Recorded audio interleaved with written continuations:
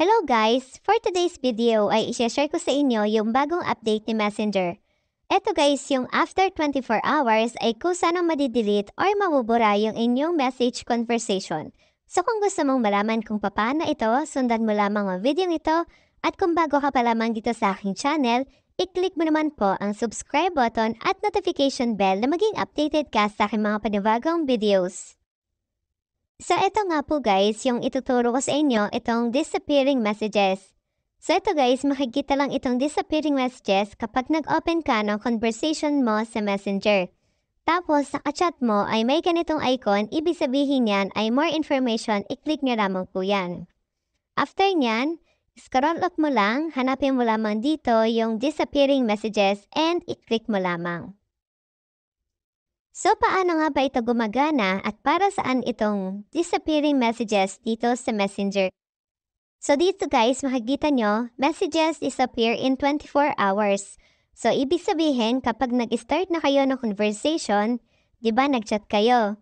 Lahat ng messages nyo sa isa't isa ay kusang mabubura or mawawala after 24 hours nung sinend nyong dalawa sa Messenger. So guys, hindi kasama sa mabubura yung mga all conversation ninyo, yung time lamang na nag-open ka ng disappearing messages, tapos nagpalit lang kayo ng mga message, yun lang po yung mga mabubura. Click nyo lamang po itong continue, and then lagyan mo lamang ng highlight itong 24 hours at naka-turn on na po yan. Click mo lamang itong back at naka-open na ang inyong disappearing messages. So guys, once na nag-open ka ng disappearing messages, ay manonotify yung kachat mo na nag-turn on ka ng disappearing messages.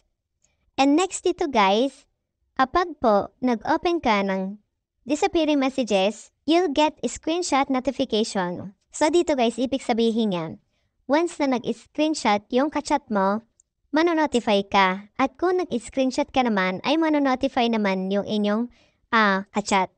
And then guys dito, once na nag-screen video siya, manonotify ka din at ganon din siya sa iyo. So ganon po guys gumagana itong disappearing messages na bagong update ni Messenger dito sa Messenger. So guys, ganon na po kadali kung paano paganahin ang disappearing messages dito sa Messenger. So sana guys nakatulong pa ang video ito. Thank you for watching. Please subscribe to my channel and click the notification bell na maging updated ka sa aking mga panibagong videos.